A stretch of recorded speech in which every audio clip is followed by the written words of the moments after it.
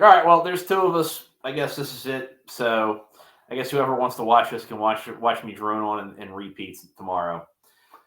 So we're going to talk about beer as it relates to the U.S. Army and how the Second World War really shaped the U.S. beer drinking palate, shall we say. I want to start off. Anyone who has ever been to an event with me knows that I love my crappy water American beer. The cheaper the better, the colder the better. I like my grandpa beer. I like my PBR. I like my Narragansett. I like my Natty Boh. I like my Rolling Rock. I like my Genesee Cream Ale. Um, I just want to drink my beer in peace. And I'm gonna say it. I hate IPAs. I don't. I'm not a big fixture in the craft brew world, but that's also because I'm cheap. So there is that. So we're going to talk about, like I said, we're going to talk about beer in the U.S. Army today. I'll apologize. Start off and say if I'm not my usual peppy self, I am getting over the side effects of my COVID vaccine or booster, and the sampler that I had bought to enjoy while I did this talk is sitting in the fridge because after this I have a date with Mr. NyQuil and Mr. Vicks Vapor Rub and going to sleep. So, all right. So when we talk about the U.S. military, we think of, generally speaking, a dry, officially dry military. The British Navy, they still have the rum ration on board ships. You don't see that in the U.S. Navy. But in World War II, the U.S. Army took a little bit more of a pragmatic approach to things. And to understand the World War II policy, you got to really go back about 80 years before World War II, and you start the Civil War. So prior to America's involvement in the Civil War, the alcohol palate was real heavy on distilled spirits, such as whiskeys, and real heavy on ales. And they were consumed in taverns and other, shall we say, questionable places. And in the 1840s, you have the German wave of immigration come in. You have the failed 48 revolution. You have an influx of German immigrants, and they're bringing with them their cultures and traditions. So one of the things I love about this country is it's a melting pot. In theory, we should be able to take the best of every culture and incorporate it. And that's kind of what happened in the 1840s. German immigration comes into America, and with them they bring in new beers and new attitudes towards drinking it. In their culture, beer gardens, which they recreated, was where they drank, and a trip to the beer garden was an all-day family affair where you would sit around and drink beer, and you could play games and listen to music and eat food and discuss politics and that kind of thing. And one of the reasons that these guys were able to sit around basically and day drink was that what they drank was lager, which had a fairly low ABV. And so this is the Irish coming over, but you also have a large German population.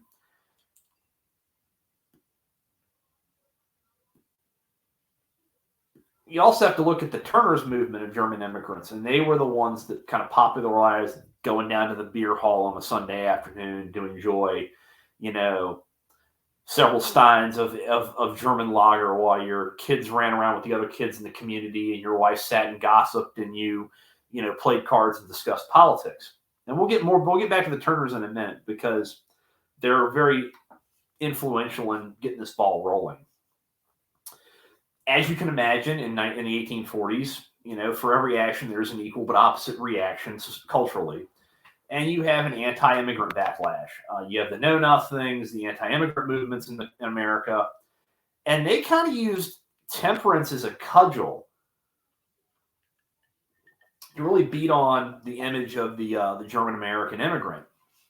Their attitude was, you have this wave of intemperate, beer swilling foreigners coming in here that are polluting, our nice temperate Puritan ways, which we all know was fantasy. But like I said, for every cultural phenomenon, there's an equal but opposite reaction, and it's really important to, as we go forward, understand that relationship of temperance as a counteraction to German American identity, German American culture, German American influence in American culture.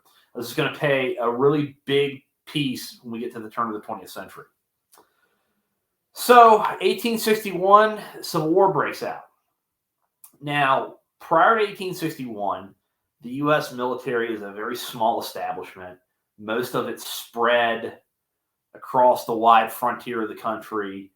And in the regular army, drinking whiskey wasn't a taboo. It was just, it was what they had on hand. It was what traveled well. It was what they could consume when they were out and, on outposts in the Dakotas or Laredo or wherever. However, like I said, militaries are a reflection of the cultures in which they're created. So in 1861, you have, throngs of volunteers signing up to go fight to preserve the Union.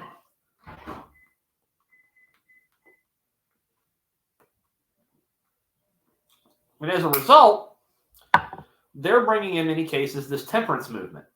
They're taking this no drinking, alcohol is the juice of the devil kind of, that's not what respectable people do, with them when they come into the army. So initially, the army in 1861 is dry. And this is where the Turners and the Germans come into. The Turners, in addition to the beer gardens and lager beer, they were big on physical exercise. They were big on gymnastics. They were big on preserving physical and moral character as part of their movement. And they have a disproportionate influence on the higher ups in the U.S. military when these German immigrants come in to join the army, because when they look at the rabble of guys in camps around, places like Chicago, Harrisburg, D.C., the Germans tend to be the best behaved of the bunch. And so the U.S. Army starts to ask the question, which is, these guys are our most fit guys. They're our most loyal. They cause the least amount of trouble. And they drink this beer by the gallon. If it's so deleterious to moral fiber, why are some of our best troops drinking so much of this beer? While that's going on, you have all the other groups they're kind of going buck wild, and they're going out and they're getting rock gut illegal hooch obtained from taverns and shady sutlers. And as you can imagine, the number of alcohol-related incidents starts going up in the summer and fall of 1861. So the U.S. Army's like, all right, we got to do something here, because if we kept letting them drink all this bad rock gut alcohol, we don't have an army left to fight the Confederates with. So they kind of hit on a compromise based on looking at that and looking at the German influence in the army. And so they decide that they will start to distribute in camps and in sutlers and in what would become post exchanges American lager. The cheap piss water, every European hates kind of beer. That's kind of it's where it gets its genesis in American culture. And they start distributing it in U.S. Army camps. They would also distribute ale, but lager was preferred for a couple of reasons. For one, it traveled a little bit better. You could take it on campaign, and it had a lower ABV, so guys had to drink a ton of it before they'd really get out of hand. And at a certain point, they start looking at, they view American lager as a non-intoxicant. There's actually an 1858 case in New York City where they charge a guy for public drunkenness, and he beats the charge because lager beer, as we know it, was not felt to be an intoxicant. So as the war progressed, it even got looked at as vital to men's health. The U.S. Sanitary Commission is quoted as saying that it had a severe impact on stopping diarrhea when it was given out. And I'm sure that there's some scientific medical explanation for the correlation between the two, but it was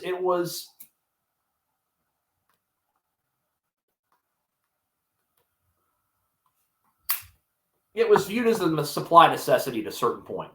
Just like vinegar was, just like sugar, just like coffee, it was viewed as a necessity to have available for troops.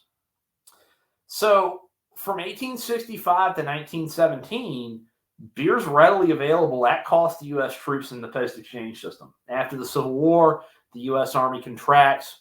You have guys back out on the frontier. You have, of course, you have America's splendid little war in 1898 with the Span Am War, where they have another influx of volunteers, and they copy the same system they have during the Civil War. But the post-exchange system really kind of flourishes in the latter half of the 19th century. And the U.S. Army looked at it as, all right, we can let our guys go relax in a supervised setting. They can't go into town and get in trouble with the locals. They can't get, bad alcohol, which is going to cause them to go blind. They're not gonna create problems or headaches for us. And it also, the other thing too, is allow guys to keep their pay because the beer was distributed in the PX system at cost. The government didn't make a dime off of it. So it's a fairly pragmatic approach to alcohol consumption at this point. Hey, you guys want to drink? You can have your American lager off duty under the supervision of an NCO. But then we get into World War I. And again, Army is a reflection of the society that creates it. In the latter half of the 19th century, you have a huge temperance movement spring up in America. And they are pushing for the complete and outright ban of all alcohol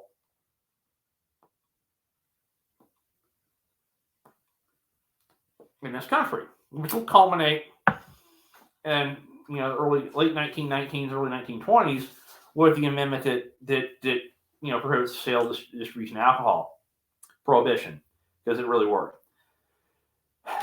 The war with Germany allowed the temperance movement a chance to advance their anti-alcohol agenda under the cover of patriotism. So you're at war with Germany. Your beer brewers are named Adolphus, Coors, Pabst, Schlitz. They're all German immigrants. And so what the temperance movement did was essentially equated them with being a fifth column working against the war effort. Alcohol equaled treason in their book. It, sapped men of their fighting strength. It created problems and poverty and all of that. And it was really, really played up in the press that the German brewers were second only to the Kaiser himself in terms of persecuting the war against America. And because of this, the U.S. Army, as it's taken in all these new inductees into the Army, they've got a choice to make. Do we want to have beer served in military camps? Do we want to have these guys have alcohol? And they eventually said, we're going to keep camps dry. You can't have anything, not even beer. That's now an intoxicant. And this backdrop really kind of sets the tone going forward. U.S. Army camps are dry, and as a result, there is an increase in alcohol-related incidents. Guys start getting in trouble in nearby towns. You have guys that are having significant physical injuries from drinking bad alcohol. There was an effort through the YMCA and the WWCA to divert guys with wholesome recreation, and that was moderately successful, but it still didn't completely put out the fire of these guys going and getting into France and getting their hands on all the cognac and red wine they could get their hands on in local towns and then getting in trouble. So, these guys get out of the Army, they come back to a dry country, and it's not until 1933 where it's legal to make, possess, or distribute, consume alcohol. Again, pendulum swinging back and forth. My eternal life pendulum goes back and forth between one extreme to the other, it seems like. So 1940 hits. America knows it's going to have to go to war. Britain's already been at war for a year. She's standing alone in Europe. The war drums are really beating louder and louder in Japan because Japan's been trying to conquer China for the past 3 or 4 years. And so you start to see conscription and you start to see National Guard units getting activated en masse. So a very similar situation to what you had in World War I.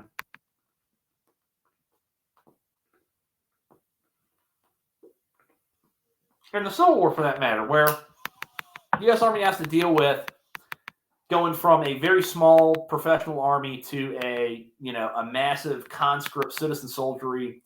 And they've got to figure out a lot of issues, but one of the issues they've got to deal with again is: are we going to let them drink in camp or on post or not?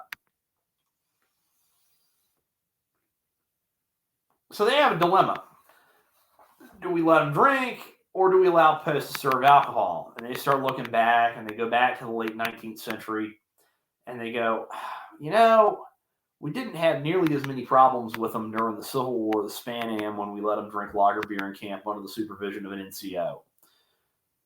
So they again strike that compromise. They say, okay, you can have lager beer back on post. Now, on paper, the beer that was to be distributed in U.S. Army PXs was to have no more than 3.2% ABV. So you're talking an extremely low alcohol content. You're almost talking near beer level. However, in practicality and some research that I've done showed that the average ABV for the brands that were sold in PXs was about between 4 and 4.5 ABV. To give you an idea, a kind of a bench point, that's about the same amount of alcohol in a 12-ounce bottle of Miller Lite. It's a light beer level. It's not a whole. It's definitely not anything that's going to put. You're going to have to drink a lot of it for you to put you under.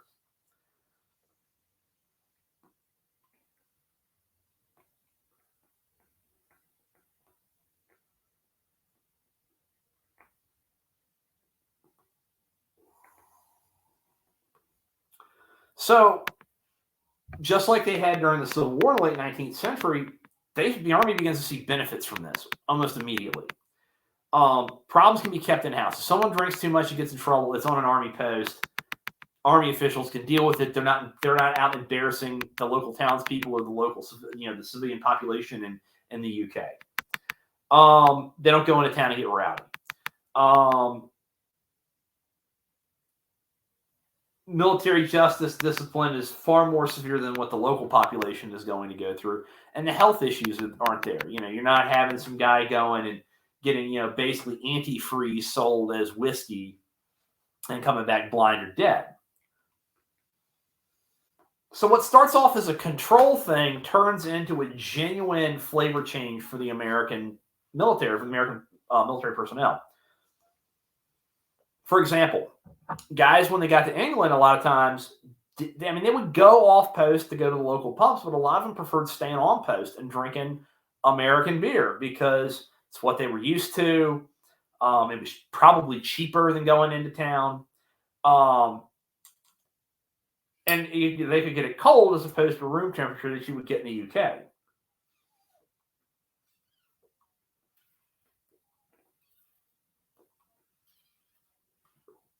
Plus, the other thing you got to look at is, from a flavor standpoint, what they're getting on U.S. Army posts is a lot closer to what they were drinking in civilian life before they got drafted than what they would have found in England. Now, here's where it starts to get into how it influences. This is the ubiquitous Zach and Bob. Why does this matter? Why am I sitting here taking your Saturday night up to tell you about this? Well, beer is a result of large amounts of GIs going in the service and having access to cheap beer in the PX.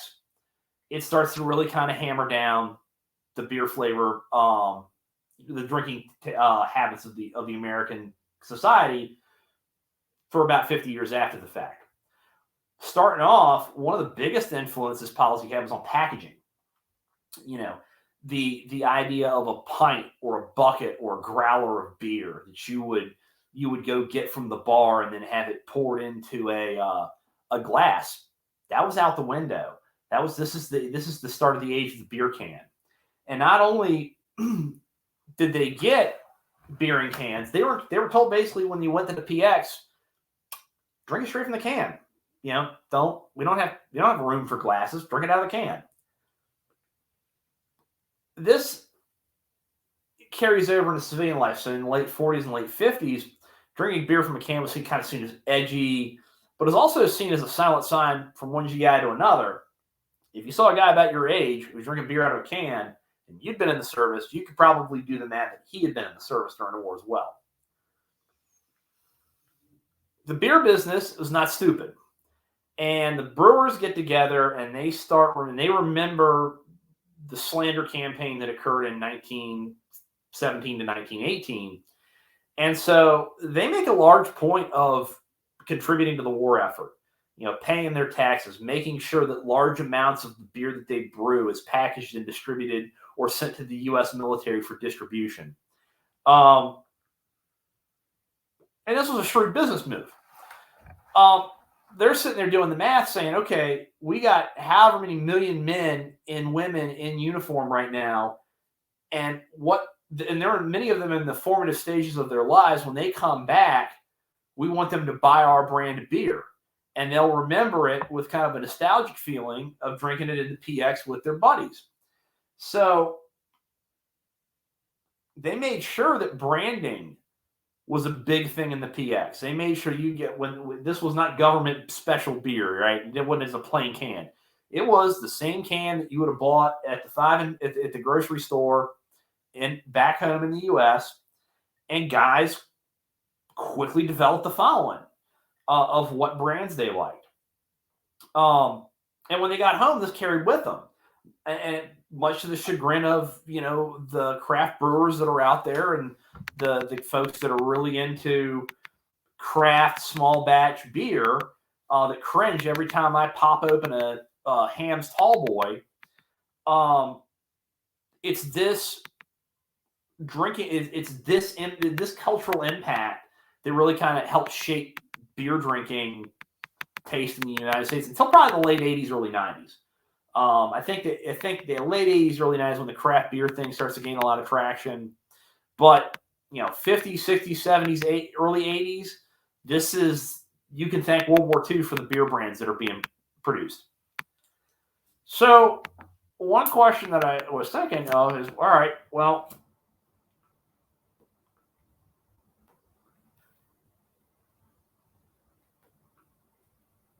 clearly I'm not going to find aluminum or tin cans in the period correct to put beer in. But I can't find brands that I can take with me out to the field to enjoy in the evening. And I'm just in case anyone is wondering what period brands you can still get. Past Blue Ribbon. Let's see, what else we got here? Old Milwaukee, that was another one. That was a big one. If you can believe this, Schlitz at the time of the war and into the 1950s was probably the most popular beer available in the States. You can't get it now outside of the upper Midwest. I tried when I was out on my Route 66 road trip. Once you get about an hour and a half, 2 hours south of Chicago, forget getting Schlitz. You can get it if you live in northern Illinois, Michigan, Wisconsin, that area. You can get it still, but further south you can't. Rolling Rock's around. It's more of a regional thing at that point because it's not. Rolling Rock isn't really a thing until 1939, so they're kind of the new kid on the block, but they're still there. The same goes for D.H. Yuengling and Son.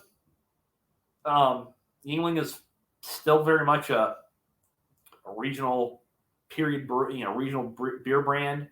Another couple of PA beers, I don't think you can get them anymore, but Lion's Head and Stegmeyer were both brewed during the war. Stegmeyer, I think, has been discontinued, but you can still get Lion beer. Last I checked, I was up at my in-laws. Miller High Life, the Champagne of beers, was another commonly found variety on PX shelves.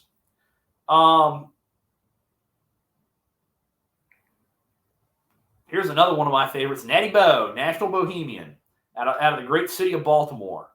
That was fairly, again, that was probably more of a regional. You probably get it on the East Coast or DC area, but it was still a period brand that was probably distributed. Coors Banquets around, but it's very much regional. I mean, they don't start distributing Coors past the east of the Rocky Mountains until the 80s. It was even more so a smaller operation in the 40s. Budweiser's around. Hamm's is around, another one of my skunk beers that everyone cringes when I crack one open. Genesee Cream Ale. Genesee Cream Ale comes out in the 60s, but Genesee Lager is still available. And again, it's one of those, it's kind of probably a creature known only to New York. If you're stationed at Fort Drum, probably found its way into the PX. Narragansett. So if anyone's seen the movie Jaws, the beer in that's a period beer brand that's been around since the 1890s. So there's still a lot of this stuff that's available. I'm sure it doesn't taste the same. I know Scott Miller can probably chime in and give me a ton of reasons why it's probably not really the same thing as it was 80 years ago. But those are the brands that are still in existence that distributed their stuff to the PX system. So I have a grand total of 3 people. If anyone has any questions, I will sit here for the next few minutes and take them. Anything you want to know about beer in the U.S. Army in World War II?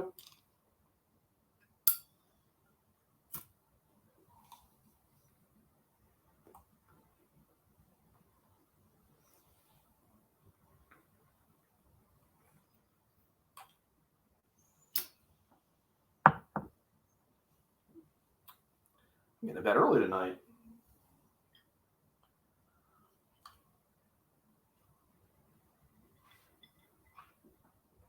Well, I guess if no. Oh. No, distilleries were. So it's Scott, you very great question. Thank God someone's paying attention. So yes and yes. The distilleries, they're kind of in between a rock and a hard place because a lot of their production is going to make scientific and medical grade alcohol, just like the Soviets did. But they're still producing a limited run of whiskeys and bourbons to be distributed. Officers could either buy or could obtain in the Officers Club distilled spirits. You would not have gone into a PX or an NCO, maybe an NCO club for sergeants. You might have found a couple of bottles of whiskey in there. But as a PX where the great unwashed are hanging out, you're not going to find it. But definitely in the officers' clubs, you're going to find bourbons, you're going to find whiskeys, you're going to find the laundry list of distilled spirits. But like I said, they don't have really the capability because they're making other alcohol for more practical reasons to break into it like the brewers do. Though, that being said, I would not be surprised if certain brands of whiskey, Wild Turkey, Jim Beam, Jack Daniels, some of the other well-known American brands of distilled spirits, probably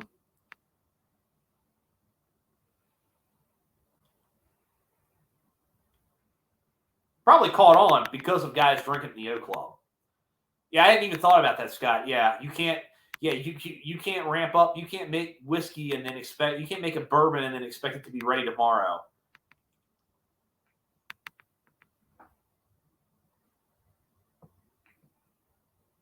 That's a great question, man.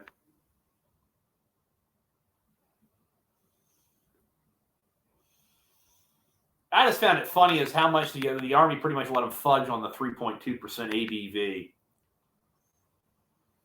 Yep. You can make a lot of beer real quick. And it's funny because, it's not, to give you an idea of, looking at some of the accounts I read, looking at a lot of footage. When you look at GIs, like, all right, Europe, okay, it doesn't seem like a real hard sell. Okay, well, we have a bunch of guys going to a civilized country. We have the logistics and the transport. We can bring lots of beer with us for their army camps. But they were doing it in the Pacific too. I mean, you look at photos or footage or read accounts of guys in the South Pacific, and the three things that come up as being four things of the most, what these guys wanted more than anything when they would hit the rec centers. They wanted good American cigarettes, not the crappy knockoffs that were in the K and the 5-in-1 rations. They wanted Coca-Cola, they wanted ice cream, and they wanted beer. And all four of those are being supplied in abundance to U.S. troops in the far-flung regions of the world. You couldn't have it on board ships, but you could tie your ship up to a barge that had it and have your guys get off and get beer and then get back on.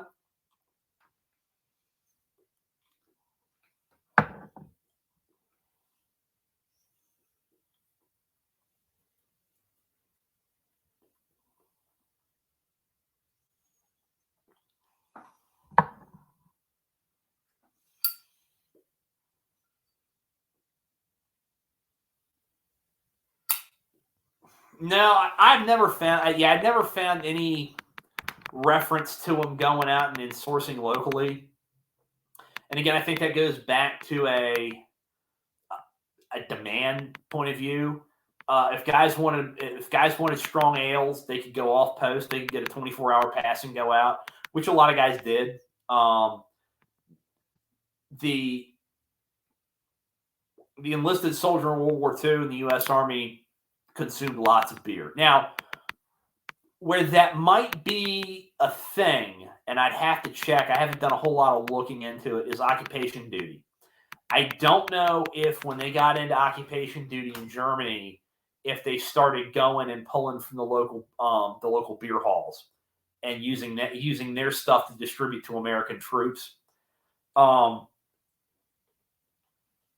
Generally speaking, the American Army has a tradition of trying to be self-sufficient. If we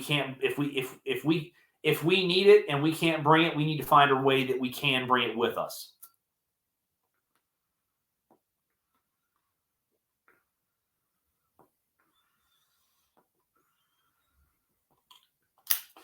But there was when they got in occupation duty, they were wilding out, man, because you had guys in some cases that had been in action since June of 44, and it was time to blow some steam off because they'd made it through.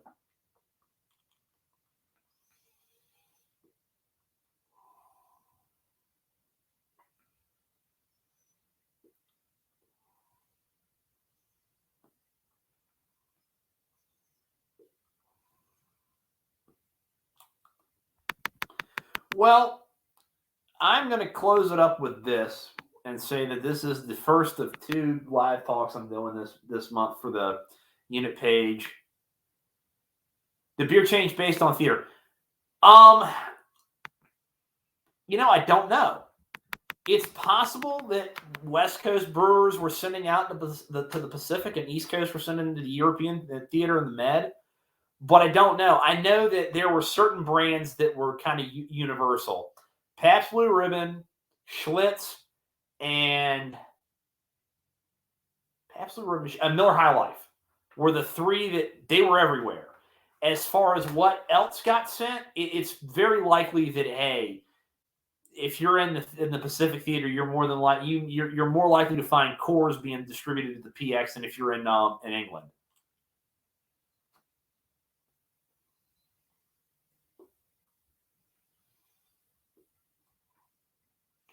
There are certain brands that were around. I want to add too, there were certain brands that were around during the war that I haven't found any reference to being sent overseas.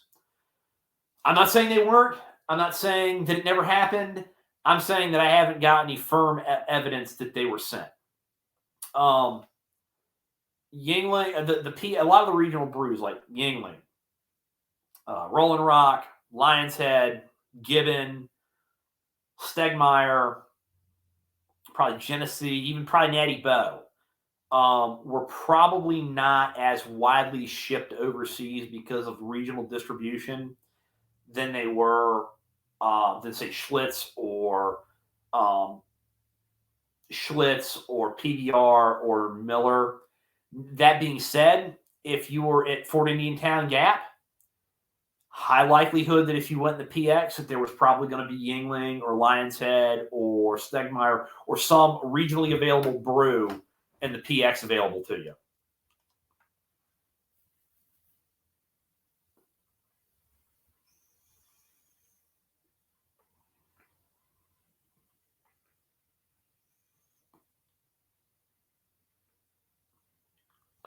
I want to close out. I just thought of this. I got to close out with something a buddy of mine sent me. His I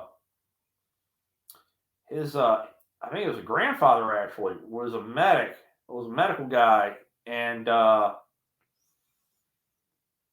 Italy, I believe. It's not Zach. It's another guy. If anyone's wondering. Let's see. Here we go. So let's see. All right, so Jason Clark is a friend of mine in 4th Armored Division, 2nd Armored Division. Sent me this clip from his photo album of his grandfather, who was a medic stationed in Tehran. Okay, think about that in today's context. And it's a photo of him and his buddy. And I can't make out what brand they have. It looks like Schlitz. But it says, Chris, the ambulance driver, and I had a beer party every 2 weeks when we got our supply of 12 cans.